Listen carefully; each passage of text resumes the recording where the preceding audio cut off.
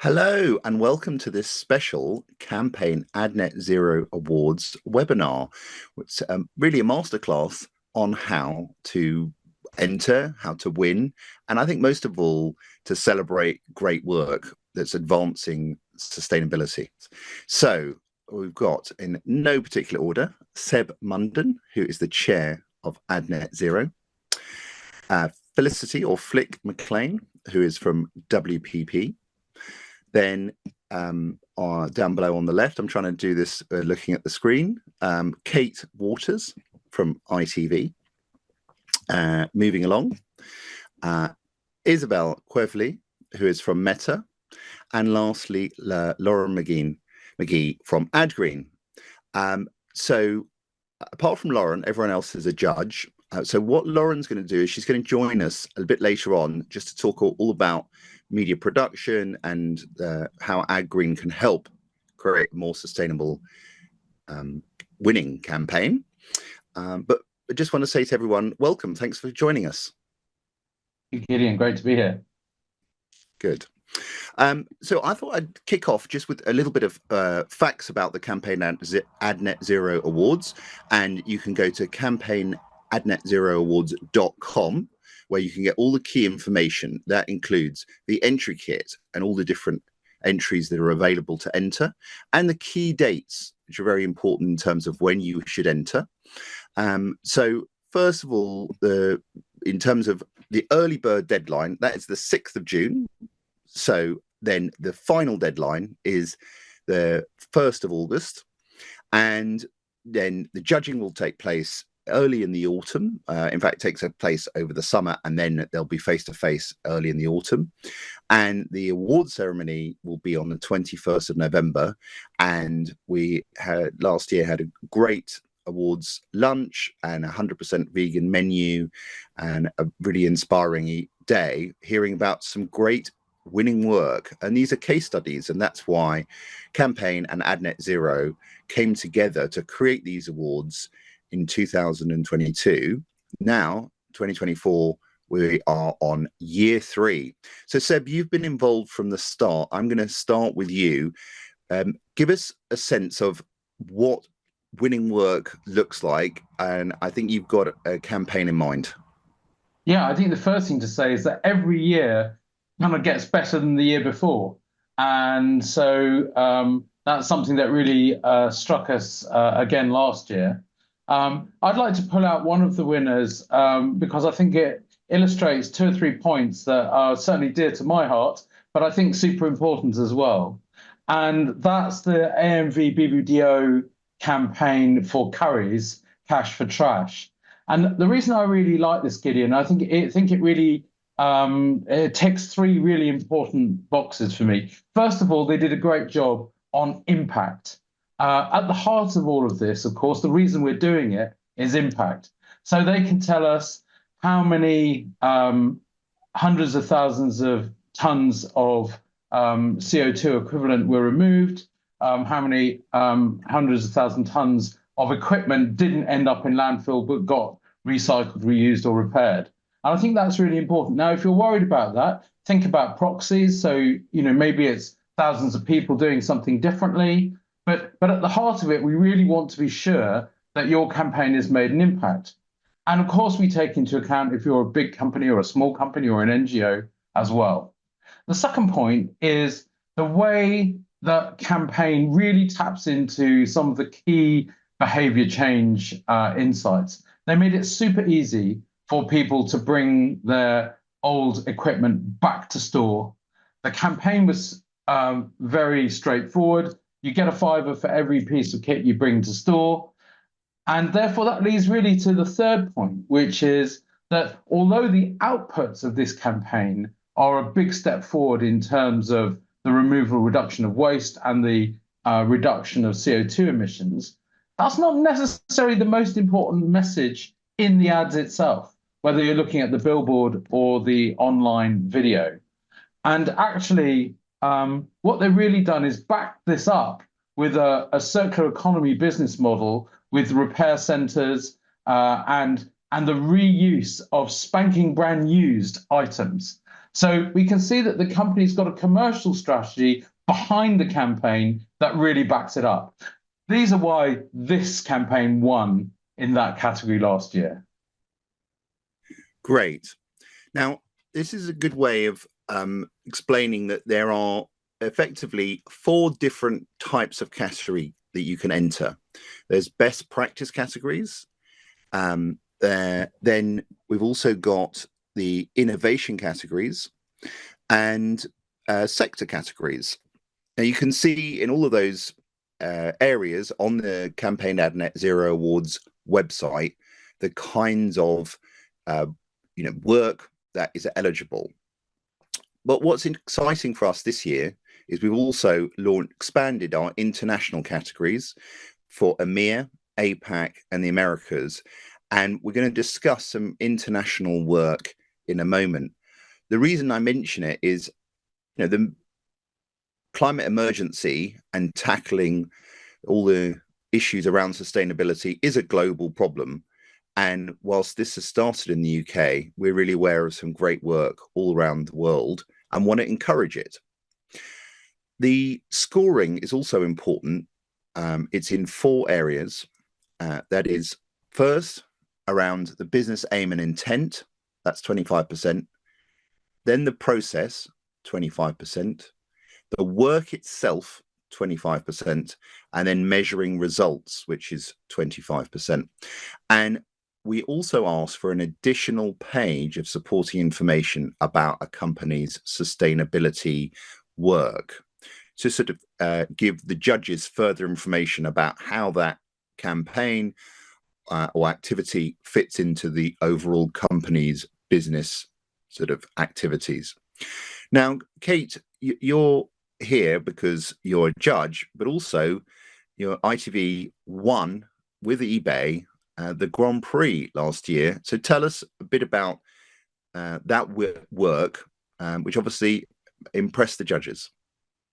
Thanks, Gideon. Yes, so I think it's interesting wearing 2 hats because I judged last year and then obviously didn't judge the ITV entry, but I'm also immensely proud of the ITV entry, which was the campaign for eBay, which saw eBay partner with Love Island. And I think the reason that it won, frankly, was because it was a campaign that managed to generate enormous change and business impact. So we could see, and we were able to sort of talk about the impact on the business. So just, for example, eBay saw a huge increase in the listings from independent fashion retailers looking to sell pre-loved clothing on the site. They managed to achieve their business objective, which was to essentially kind of reposition eBay not just as the sort of a marketplace for all sorts of sort of upcycled, recycled, and sort of secondhand goods. But very much to kind of hold their own in that kind of very competitive sort of pre-loved fashion world. And we were able to show that it had a really impressive consumer impact as well, not just in terms of consumer behavior, but also in terms of the kind of cultural ripple effects that it has sort of within the fashion industry. So actually, of all of the results that we were able to talk about, the one that I sort of like the most is the fact that Gemma Tad, who is the eBay head of fashion, was voted one of the top 25 most influential individuals in the fashion industry by Vogue, which is not something that could have happened without the kind of cultural impact of that partnership. But just as interesting, I think, as the scale of the results is the way in which that story was told. And I think this was something that I was kind of particularly proud about, because actually, whilst at the heart of this campaign was an ambition to get consumers to shop more sustainably, to sort of choose pre-loved and obviously choose eBay for pre-loved clothing, with the way in which we brought it to life with Love Island was actually not really to talk about a sustainability story at all. So yes, it was the backdrop, and it was a kind of an important, if you like, sort of beta theme. But actually, fundamentally, it was all about making the islanders look incredible, look kind of really attractive, look aspirational, and look kind of very individual in terms of their style. And actually, eBay was an incredible partner in terms of our ability to do that. So I think Love Island is well known for being a place where people with incredibly attractive bodies show off how gorgeous they are in kind of clothing. But actually often what happens is that they all kind of end up looking quite similar. And the joy of being able to sort of showcase pre-loved fashion was the fact that they could all basically bring their personalities to life. So they just looked amazing. And so that kind of theme, or that, I guess that approach of sort of show, don't tell, was an enormously powerful way in which this campaign worked. And I know that something that I was, the other judges really liked was the fact that this was a campaign that really championed a sustainable way of living, a kind of more sustainable choice that consumers could make.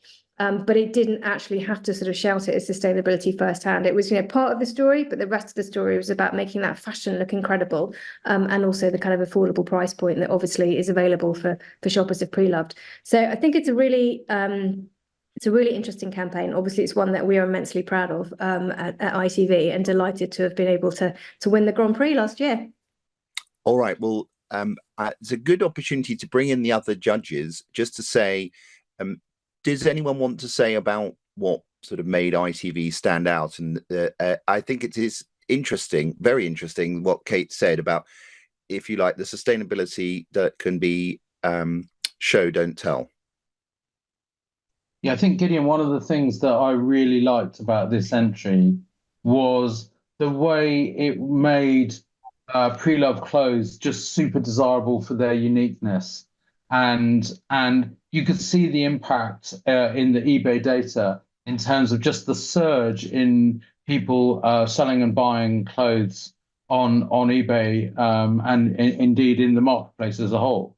And we know that this is one of the fastest growing sectors in the fashion industry. And I think, what ITV managed to do is just make it really appealing and just bring that thought to people who may not have had it before at scale. Blake, can I bring you in, because obviously you are aware of, if you like, the global activities of WPP, of your clients, and also some international winning work.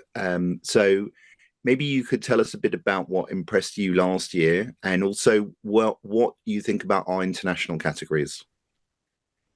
Yes, and thanks for having me. Just before I do, I just wanted to share and echo the sentiment of the other judges.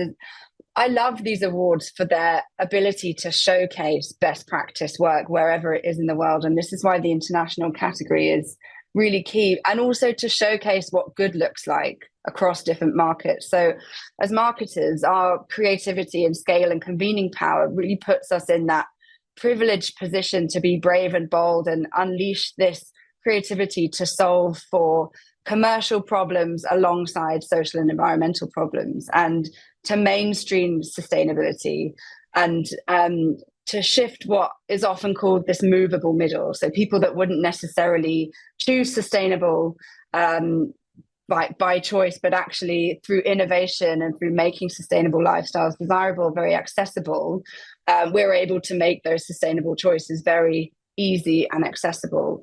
And so that does lead me on to talk about one of my favorite winners, and it won in the Grand Prix category, it won in the international category, and also won in the food category.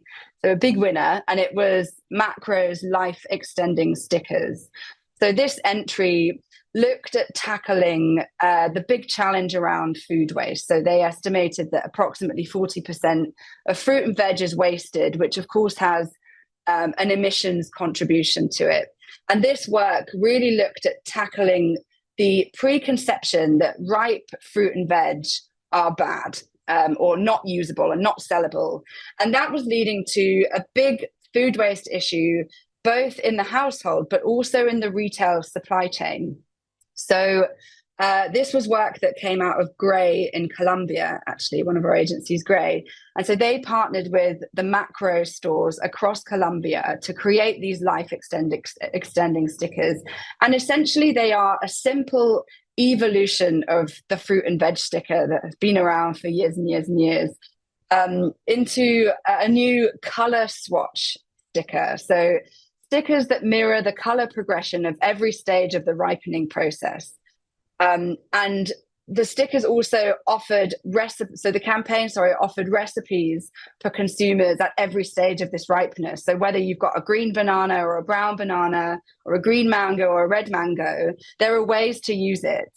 And so this was a really simple and scalable and effective consumer behavior change solution. It was addressing food waste issues in the household, but it was also saving money for consumers, as well as making a planetary impact. So the tip here is one of the signs of a great entry is actually sometimes these solutions are solving multiple issues at once. It's not just one issue over here, because as we know, problems don't exist in silo, and neither do solutions. But the other thing to note is that it was solving for food waste up the value chain. So tackling a very material issue for the supermarket chain, right up to the producer, so that more fruit and veg could stay on the shelves for longer. And of course, there was no plastic packaging in this at all either. So it just goes to show that a simple nudge in the form of a sticker can be incredibly effective. This campaign also didn't have any super scientific comms to it. There wasn't any doom and gloom about the climate crisis. It was just a really great innovation with a really powerful call to action. And the team are now looking to scale this initiative beyond Colombia. Great. And I think the whole point of these awards is to give inspiration and a sort of benchmark of creative excellence. And often simple is the best, or at least a simple idea may be executed at huge scale. Isabel, do tell us what, maybe your experience of being a judge. You judged probably both of those Grand Prix, and also the work that impressed you at either at these awards or beyond. Thank you. Yeah, I think learning from the judging, and I think the cases we've just discussed are a great example, or cases that are not only driving the business impact, but also really driving sustainability, brand impact altogether. So when we have the full package, that makes a really, really strong case. And I think the ITV eBay story is a great example of that. So when we are in the judging room, it's really looking at the coherence and the integrity of the cases, right? Is it delivering on all different aspects? And that's what makes a case stand out. If I reflect on the cases I've seen and judged within Net Zero, the one that was interesting for me in the category of charity and NGO was the Plastic Rain, because I do like to go into reading the cases to see also the creative value of the story and what's the narrative and how different it is. But I think it's a simple idea. The Plastic Rain is easily scalable, which it's already in the making, but also it's speaks to something that everyone understands, everyone watches the weather forecast, everyone can really associate to it, and it doesn't put a lens of that is polarizing sustainability or non-sustainability. It's a fact, right? It's reported in a scientific manner, very neutral, and really helps increase awareness. It had generated lots of support with over thousands of media mentions and over 1 billion reach. So we see this type of stories that are simple concepts and ideas that can travel fast. They do get that traction. So that was something that I really like. And it's also the impact, the context of the Plastic Rain campaign was to drive influence over the plastic treaty negotiations that were in progress. And I've seen a few examples. That was Prêt-à-Voter, for example, at Cannes last year, which was one of those. But seeing those moments to try and influence policymakers and try and raise awareness to really have that broader impact. So that's good. When we reflected on in the conversation around this case in particular, when it could have been stronger. And I think it's a great learning, especially for NGOs and charity category. It's demonstrating real impact on changing behaviors and driving long-term actions. So not only this moment of fame and the moment of awareness, but then converting that into real action. So whether policy influence or changing consumer demand, etc. So I think that's where the cases become even stronger. Great. Okay, let's talk a little bit about more about what makes a great entry. I'm gonna go to you, Kate. Since you've produced, as it were, winning work, and you've judged winning work, what are your tips on a winning entry, particularly for these awards? Thanks, Gideon. So this might sound very trite, but actually I think the thing to bear in mind is how can you tell a good story? So if you're a judge, you read, probably upwards of 30, 40 papers in some cases, and you might have fantastic results. But if you can't tell the story in a way that is enjoyable and entertaining and compelling, then it's just not going to stand out. So I guess my tip would be think about what your angle is. Think about what the most interesting story is that you can tell. So as a judge, you read it and you're kind of interested, excited, and hopefully a little bit jealous, because actually the best papers are those where you think, I wish I'd done that. So I would say make it kind of entertaining, make it a good story, and also make it easy. So I think this is something that people again often forget. There are 4 judging criteria that you just sort of ran through. Really simple trick. Use those as the headings of your entry, and then actually as a judge, you know which bits you're judging for which elements of those judging criteria. So make it entertaining, make it easy, tell a good story. The other thing to add is those 4 criteria. You can't win by being brilliant in 2 or 3 and winging it on one. Yeah, just a top tip. You've got to show up in all 4 to win. And so sometimes people you can see are hoping to kind of just busk it on one of them, but honestly, it's very hard to win if you're not showing a strong case in all 4. And to quote Kate, you might it might be work where you show rather than tell in terms of the work, but you do need to demonstrate behavior change or CO2 savings, right? I mean, that is important. There's got to be results. I'm a real stickler for this, quite honestly. You've got to be able to prove your results, and again, if the gold standard is tons of CO2 equivalent, but proxies for that are fine. Thousands of tons that didn't go into landfill or got reused, or thousands of people who've done something differently. These are great proxies. The gold standard, of course, CO2 equivalent, or you could say, that's like taking 38,000 cars off the road, or but you've got to anchor it in that. And if you've got some kind of third-party verification, even better. And then that's the bedrock. Then knock yourselves out, tell the story. And Flick, I bet you think about this because you're a part of a listed company anyway, so you've got to be very clear about where you source your information and make sure that there's evidence to back it up. For entrants here, wondering what they should include and what a judge is looking for, any tips? Yeah, so you talk about sort of backing up sources, and I guess for me, what I'm looking out for and what makes effective sustainability communications, or what makes a really effective entry, is work that works hard at the intersection of creativity, credibility, and action. So creativity obviously relating to the way that we go about to change behaviors, the way that we are inspiring folks with the beautiful work that we're putting out.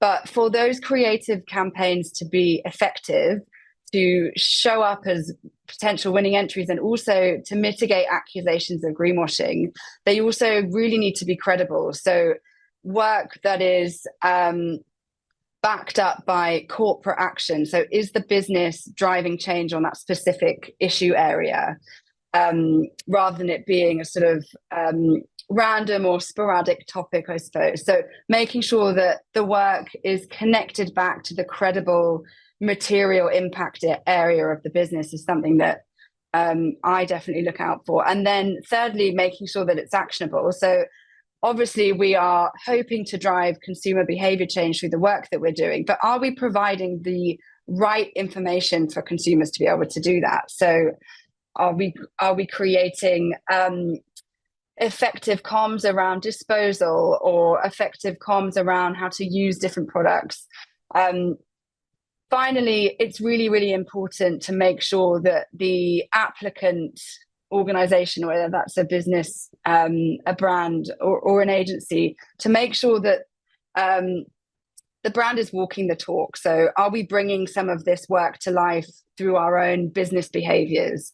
Are we making sure that there's a lot of commitment and action happening in, for example, packaging innovation before doing a big campaign and asking consumers to change the way that they are disposing of goods, for example?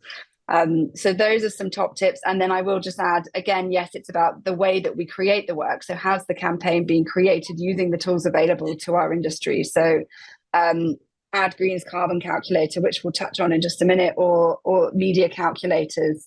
And lastly, make sure that you're checking the ASA guidelines on greenwashing as you're writing up your entry and putting it in. Good. And can I just say, since I'm not an advertising practitioner myself, this sounds like excellent advice when you're working on any campaign. But I mean, yes. It should be I think all of this should be best practice. But it's amazing how I suppose everybody's on a bit of a learning curve. Isabel, I wanted to ask you about the kind of innovations that you might have seen or even admired from in some of the entries. And I thought Flickr sort of touched on it. Media production is a huge area. And I'm wondering if I think you have an example in mind where it was a brand which was really made a lot of progress. Yeah, absolutely. Flick started to touch on it, but Reckitt virtual production case was super interesting because we see there an advertisers is committed in transforming the sustainability of the business and the organization, but also looks at first the marketing operations, and how to reduce the carbon emissions of productions. In fact, they have reduced by 75% the CO2 emissions of shoot for a day, and that is significant. And what is even stronger, in my opinion, is that has also a cost reduction and marketing effectiveness for the organization on its own to start looking at innovation with virtual production tools. So I think that is a first step that anyone in the industry can start embracing, which are, the action 1, 2, and 3 of the Ad Net Zero plan. I don't see any marketing organization who should not be able and empowered today, as Flick was mentioning, the tools available in the industry to start looking at that. And virtual production is a very efficient way to start running a lean marketing organization and also have a significant impact to decarbonize your operation. So I think that story was really strong. Great. And Flick mentioned AdGreen, so this feels like a great time to bring in Lauren. So I'm going to ask the other panelists to sort of sit tight. And Lauren, over to you. Tell us a bit about, I suppose, what brands and agencies should be doing anyway, and how it might help them win one of the Campaign Ad Net Zero awards. Great, thanks, Gideon. So after hearing all the invaluable insights from the judges, I'm here to provide a quick overview of the benefits of measuring your production carbon emissions and share a few tips as you put together your award entries. So I'll start with the obvious benefit when it comes to the Campaign Ad Net Zero awards, is that carbon measurement is part of the entry criteria. So 25% of the scoring criteria focuses on the process behind your campaign and how the approach was adapted or chosen to reduce emissions. So the only way to truly know if this was achieved is to measure, regardless of which carbon calculator you use. Another 25% of the scoring criteria focuses on results and measurement, with carbon reporting a key requirement, ideally with a before and after comparison, so to demonstrate how your chosen approach reduced the final footprint. So with part of the scoring criteria reliant on selecting sustainable production methods, I want to share a few tips as you're putting together your award entries. So number 1 is to focus on high carbon items and activities. So in 2023, 72% of all emissions recorded by completed projects in the AdGreen carbon calculator were generated by travel and transport. And 60% of all emissions were generated as a result of air travel alone. So that is huge. In contrast, only 0.51% of emissions were generated by disposal. So while taking steps to divert waste from landfill is incredibly important, don't lose sight of the bigger picture when it comes to making reduction decisions. If the crew had to fly halfway around the world to get to a location, but they all bought reusable bottles, that achievement loses its impact. That being said, make sure you don't add items to the original brief purely to say that you removed them. For example, adding flights if you'd never intended to fly to a location in the first place. If you'd always intended to shoot local in order to reduce emissions, then that is a great story in itself. So this leads nicely to the second suggestion, which is to don't overstate your achievements. While these awards may not be consumer facing, we should still be conscious of greenwashing within our industry. 93% of marketers believe that brands have a responsibility to help people live more sustainably, according to the WFA. Those working within advertising are calling for our industry to take meaningful action, and these awards are a really great example. But overstating green credentials will erode trust rather than build it. And this is still a learning curve for many of us. So it's okay to get it wrong or to find out you didn't have as much of a positive impact as you'd hoped. But we need to be honest and transparent about our experiences if we want to learn from them. And as we often say at AdGreen, don't let perfection get in the way of progress. So our third tip is to collaborate. While writing an award entry can be a solo task, getting insight from everyone involved in the production will help to round out your application and may uncover sustainable practices that you were unaware of.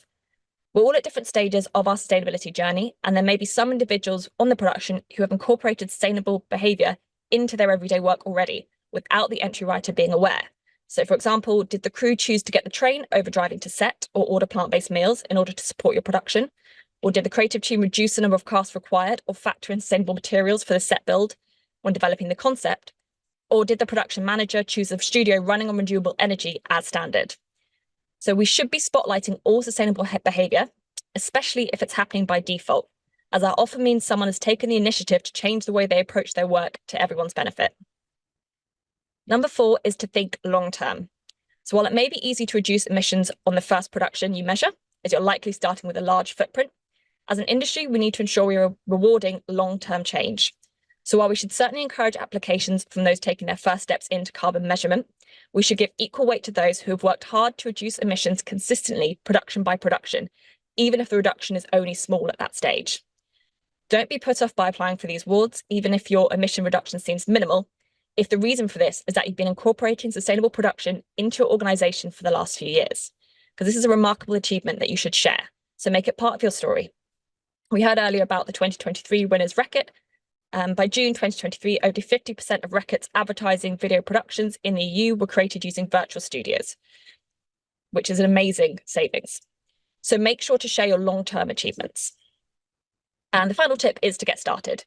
So if you've listened to the judges here and you've read the entry criteria and you feel that you don't have the campaign ready to submit to this year's awards that clearly showcases sustainable practices on set, then this is your moment to start. So if you're currently working on a production or planning your next one, I would urge you to find a carbon calculator and start measuring your impact. You still have 2 months to enter these awards, and you have many, many months to enter next year. So take this opportunity to begin assessing your production emissions and perhaps even win an award as a result. Thanks, Gideon. I'll hand back. Well, that was brilliant. And I really, really enjoyed that. And again, brilliant tips. And just to say, just because it's very relevant, when you look at the sector categories, everything from automotive and clothing to finance and food. But we also have a number in the innovation section, and this includes the best progress or long-term change, which Lauren, is hinting at. This is something that is all the more impressive when it's over the long term. And I would just add, I think everyone knows you can't win every year, but it's a good thing to get started. And I think it's a very motivating thing to try and just be ready to enter these awards, because it's part of the future, really. So I'm just going to give a final word to our judges and just say, what are you excited about? I mean, we've heard several of you say already how much you've enjoyed doing these awards. So maybe Kate, I'll say just in a sentence, what do you like most about the whole judging experience? I love the opportunity to get really excited about best in class campaigns. So I think it's a real privilege to sort of read the stories behind some of the best and most exciting work. So that's what I'm looking forward to this year. And Plick, I imagine you love it because you're coming back to judge again. I absolutely love it. It's a tricky climate out there, like business growth paradox, consumers often feeling conflicted between, you know, cost and conscious. And this awards really shines the spotlight in brilliant, effective work that is inspiring, often quite simple, and driving behavior change on crucial topics at scale. So yeah. Isabel, I know you're looking forward to it. Yeah, absolutely. And I think the beauty of these awards is that you're also joining a community, right? People who are passionate about sustainable marketing in the UK is a super strong community. And this is a fantastic place to meet with them, see the work, connect, have conversations. I think we're going to solve this. We hear more and more it's about collaboration over competition. And if you're doing great work, take the time to submit so that we can learn from you, from what you're doing, and so that more people can do it. So really think of it as a holistic and it's a community of people driving it. I think that's also the beauty of this awards for me. I'm going to give the last word to Seb in a moment, but Lauren, I should just check. How can people get advice from you? How it may be as simple as just going to your website, but how can people who have heard your tips get more involved with AdGreen? Yeah, absolutely. Yeah. If you head to our website, the carbon calculator is available there. You can register for free. We have training that's also free and resources guides. So there's a lot of information held on our site, and you can also reach out to the team, and we're happy to help.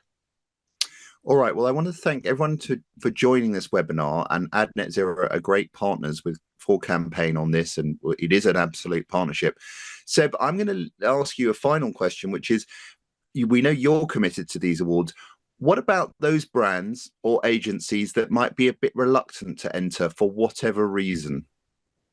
Yeah, well, first of all, at AdNet Zero, we're really thrilled to partner with Campaign on these awards. And one of the reasons is to encourage people to enter and to create those case studies. And I think one of the themes that's run through everything that most people have said today is that an ad has to have a green outcome, but it doesn't necessarily have to have green content. You want to make it in a green way. You want to show it on a green media plan. But actually, the thread that runs through most of the award-winning examples that we've talked about is that they do other things as well. They address cost of living. They appeal to people's sort of better nature. They make it easy. They make it personal. And so what I would say is, before you think, oh, we probably don't have anything good enough, think about the outcomes of some of the campaigns you've done for brands and clients, and think about the impact of that. Less about, did we market the product in a green way? It's quite likely that, in fact, those campaigns could have even more impact with this persuadable middle than just the people who are highly motivated by green claims. So I would definitely say, look at across your work, and particularly thinking about categories with high carbon emissions, so fashion, food, travel, transport, tourism. Have you got a good story to tell? Are you making a good swap, a behavior change? And as a marketer, that's what I love the most, seeing the power of marketing and advertising, helping citizens make better choices. All right. Well, thank you so much for joining us on this Campaign AdNet Zero Awards webinar. You know where to go, campaignadnetzeroawards.com. And so to Kate, Flick, Isabel, Lauren, and Seb, thank you very, very much for joining us. And, we look forward to reading your entries.